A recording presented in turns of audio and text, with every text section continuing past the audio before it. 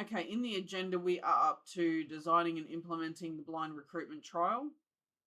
Okay, so now let's consider the key steps in designing and trialing blind recruitment. These do include identifying the roles or departments to pilot the process, determining what applicant information should be removed, training hiring managers on inclusive recruitment practices, defining success measures for evaluating the trial's impact, feasibility of implementing the trial. Cooper, what are some key challenges we should anticipate? One challenge is ensuring hiring managers don't revert to traditional biases during interviews.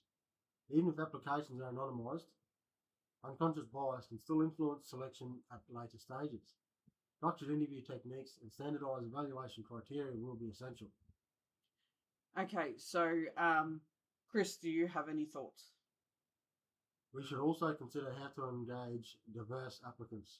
Blind recruitment alone doesn't increase diversity if the applicant pool itself lacks representation. Outreach and targeted recruitment efforts will be necessary. That's good thoughts. I appreciate that. Thank you. Cooper, do you have anything further you wanted to add? We could implement the trial with a team who are seeking to hire staff for contract purposes. This provides a limited lifespan on that employee if the trial isn't successful, therefore limiting the cost to the department. Therefore, we could commence the training on inclusive recruitment practices to a smaller pool initially. Overall, this would ensure the trial is feasible and practical to implement. I can find a team that is seeking to hire contract staff, which is Brisbane CBD, for feasibility purposes. What about the evaluation component? My definition of done is when outcomes, achievements, and lessons learned are reported. Any thoughts? Should we get an evaluation conducted by an external organisation to limit the bias on us projecting the outcomes we envision for the trial? We can scope out what we want inclusive in the evaluation, but I think we either get another team to evaluate or have an external contractor evaluate. These are great points. Let's incorporate this into our strategy and I agree with both your thoughts on the design, implementation, and evaluation. I can scope out some external evaluators and bring this back to our next meeting.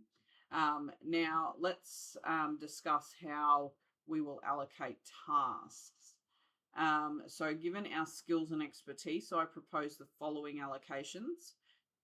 Cooper, for you, develop policy compliance guidelines and training materials, scope out a team and individuals we can utilize for the trial delivery, training to required staff. Chris, identify inclusive recruitment strategies and community outreach methods. And I can oversee implementation, scope external providers for the evaluation, and monitor progress. Does this allocation work for everyone? Definitely a strengths-based allocation. I like it. Sounds to me like I have the majority of the workload.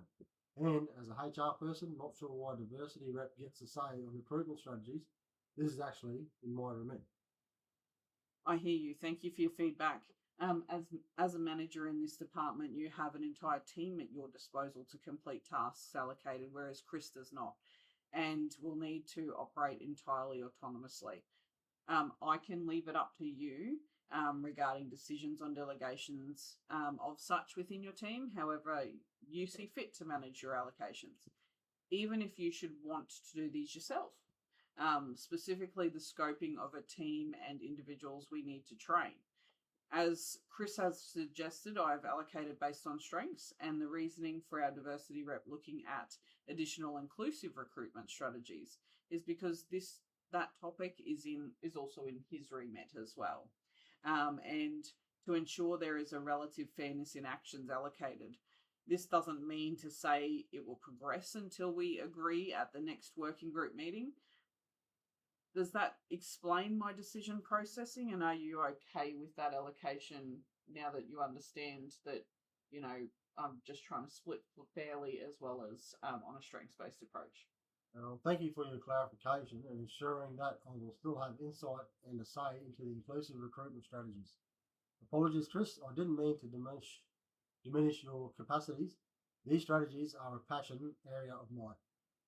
All good, and appreciate your words. Okay, so the whole working group is just this, a group effort.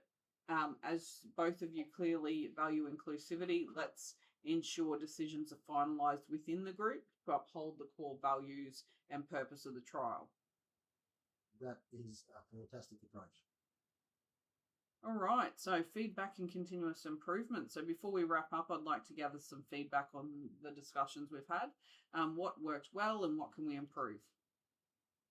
The meeting was well structured, but for our next meeting, if we could focus on the post-trial evaluation KPIs, excuse me, I think this is something that should be in its own standing item on the agenda. Okay, yep. We should also review some case studies from other agencies, so we do not repeat what didn't work well, and ensure what worked is included. Okay, so I will add the evaluation into the agenda under its own section, and source some case studies for us to review for next meeting, as both of you have a number of actions already. Thank you for your insights. It has definitely been a productive meeting. Let's reconvene in 1 month's time on the 15th of April 2025 at 2:30 p.m. To review. Please ensure you complete your allocated task before our next meeting. I appreciate your commitment to this initiative, and I look forward to seeing how we can create a fairer and more inclusive recruitment process. Thanks again, and I'll send out a summary of this meeting shortly.